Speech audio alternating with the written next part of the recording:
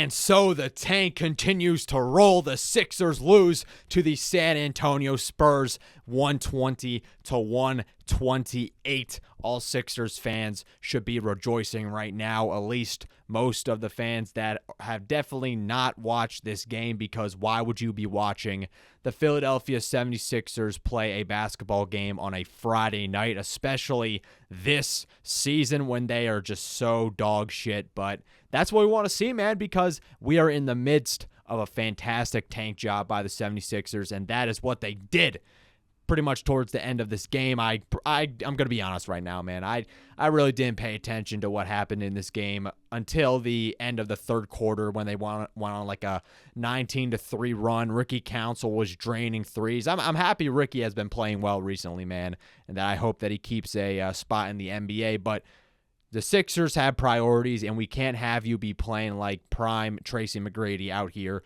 We need to step it back a bit. That goes for Quentin Grimes and Justin Edwards-Yabu as well. They did keep this game a little closer than I wish they would, but the Spurs ended up getting the job done at the end pretty much by forcing a bunch of shot clock violations on the Sixers, turnovers as well. And then you had Harrison Barnes, who deserves a statue outside the Wells Fargo Center if the Sixers actually end up getting their pick back, because he hit the dagger three from the corner, and that's pretty much it, bro. Like, nothing relevant happened in this game whatsoever. Justin Edwards continues to just be a great player, man. I'm happy that Daryl Morey picked him up and that he's another piece moving forward for the Sixers' young core. I mean, you got Yabu really balling out too. Yabu, there's really nothing bad to say about Gershon Yabusele. Just everything that he's done this year has been just a positive for the team, whether it's his attitude, man, his just loyalty, just passion for the game. Dude just goes on the court, doesn't complain at all, no matter how dog shit the team is, and he just balls the heck out, and I love that mentality from Yabu. Dude's just a straight-up dog, and it sucks, though, that the Sixers probably won't be able to pay him this offseason, given that, the contract you have to match with Quentin Grimes, and if Oubre declines his player option or whatever, there's a lot of hard cap stuff that goes into the Sixers situation if they want to keep Grimes, Oubre, and Yabu. But that's for the offseason, man. I hope Yabu stays with the team. I just don't know if that's going to be realistic, if another contender with some more cap space is going to give him a sizable contract. Yeah, dude, I just wish Yabu would stay with the Sixers, man. I really have liked watching him play this entire season. Definitely one of the better role players the Sixers have ever had in the Joel Embiid era. Yeah, I mean, that's pretty much it. I think what all Sixers fans are just focused on the rest of this season is just their tank, and so let's just talk about that for the remainder of the video, because nothing happened. Let's just be happy that the Sixers were able to lose this game. So if we just go to tankathon.com, our favorite website, we will find that the Sixers, the Nets, and the Raptors are in the tank battle of a lifetime. All of them just scraping and clawing to try and get that number 5 spot, because that's probably the best one they're going to be able to get when you got the Hornets and the Pelicans, the Jazz, the Wizards. All of them just flat out suck. They sucked the entire season.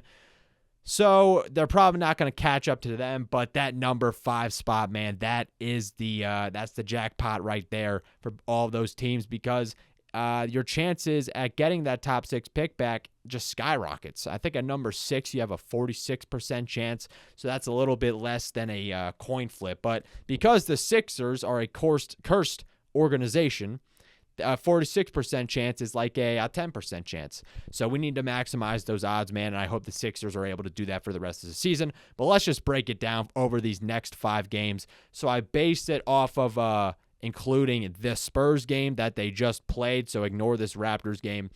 So they play the Hawks, the Pelicans, the Wizards, and the Heat. So they did end up losing to the Spurs, so they're already 0-1. So I think they'll probably lose to the Atlanta Hawks. They'll probably lose to the Heat. They've always struggled against the Heat, although the Heat are on like a 9-game losing streak. So who knows about that one? This is just the most optimistic scenario. Let's just say that the Sixers lose against the Hawks. They lose against the Wizards or something, but They oh no, yeah. They also lose to the Pelicans, Wizards, or the Heat. The only teams that they actually beat are like the Wizards or the Pelicans.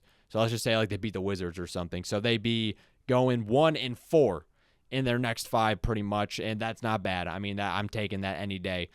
So we got that, and then we got the Brooklyn Nets. And for the Nets, it's really interesting because they're playing some pretty crappy teams as well. They had a nail-biter against the Indiana Pacers. They ended up tanking that game. I'm not going to lie, man. The Brooklyn Nets, they're pretty annoying because they really master the art of tanking. They know how to throw games in just the least subtle way as possible. And I got to respect it, man. As a Sixers fan, you got to respect it because, we've seen this team tank for years now, and we know what a tanking team looks like. Just throwing a bunch of 2K generated players out there. That's what the Nets have pretty much been doing. I think Cam Thomas was ruled out for the season. So, yeah, I mean, the Brooklyn Nets, I don't know if they're going to be beating the Pacers. They could get a win against the Mavericks or the Raptors, the Clippers. They're definitely going to lose against the Clippers. They're probably going to lose to the Raptors as well. They do have a 1-1 record against Toronto this season, and so it's going to be the first time they also play the Mavericks. And, they're 0-2 actually against the Wizards as well, so they're probably going to lose that game given their record. I don't know, just eyeballing. So let's just say the Nets go 1-4, I guess. I mean, that's probably the most realistic scenario. The Nets are not a good team whatsoever. In fact, if we go check their injury report, I think they got D'Angelo Russell out against the Pacers, so they're definitely losing that game, man. Zaire Williams, too, has been a really good bright spot for them the entire season. Looks like a great young player. And so the Nets are probably going to be losing the next 5 games, most of them going 1-4. That's my prediction at least. And then that leaves us with the Toronto Raptors. And the Raptors, it's an interesting case for them because they did have a 3-game losing streak, I think, a little bit earlier into the month. But ever since, they've been doing a pretty good job tanking, still at that number 7 spot, and they lost 3 games in a row. So we'll go check out their record real quick. So they also play the Spurs, they play the Wizards, then they play the Nets and the Hornets, then none other than the Philadelphia 76ers. That's going to be an epic tank battle. Oh, wait, nah.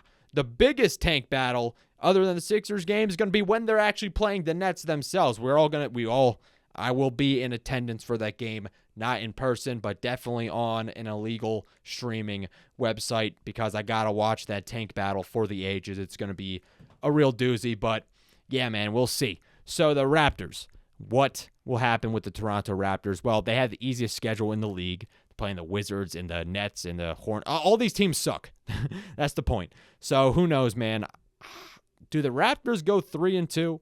I think realistically they'll go 3-2. And I think just combining all of that, I did put into my notes.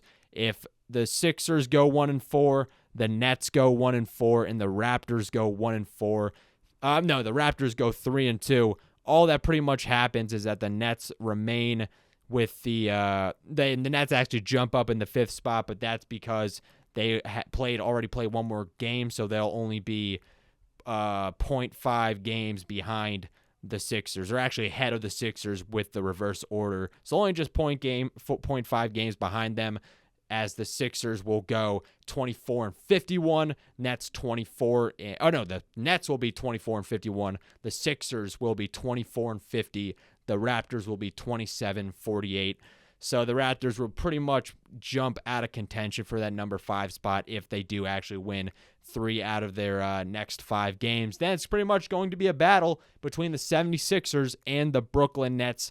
So that's going to be a really interesting one. Sixers and Nets have been battling it out in the playoffs, 2019, 2023. So they do kind of have a bit of a rivalry, given, the Ben Simmons trade and all of that, and the arguments about who won between the Sixers and the Nets with the Harden-Simmons trade. Both teams probably, in retrospect, ended up losing, just given how those teams just suck right now, and bleak futures for both of those pissy franchises. But yeah, so the Nets, they already played one more game than the Sixers, so they'll naturally just be a game, half a game behind them, just because they'll have an extra loss. But we'll see, man. At that point, you only have like less than 10 games left in the NBA season, so we'll see how it all winds down. That's pretty much all I got, though. Nothing happened in this game, and we all just want the Sixers to lose every game for the rest of the season. So be sure to hit that like and subscribe button. I actually will be streaming with DJ Eastwood of Run It Back Philly tomorrow at noon, so be sure to tune into that. I will be live streaming it on my channel since Eastwood got banned from streaming on YouTube for like 3 months or something. So be sure to tune into that. Should be a lot of fun chopping it up, talking shit about this stupid organization. But we're Sixers psychopaths, man. What else do you expect? And yeah, if you're just a Sixers sicko as well, hit that like and subscribe button. I really appreciate it. Want to keep grinding on this channel.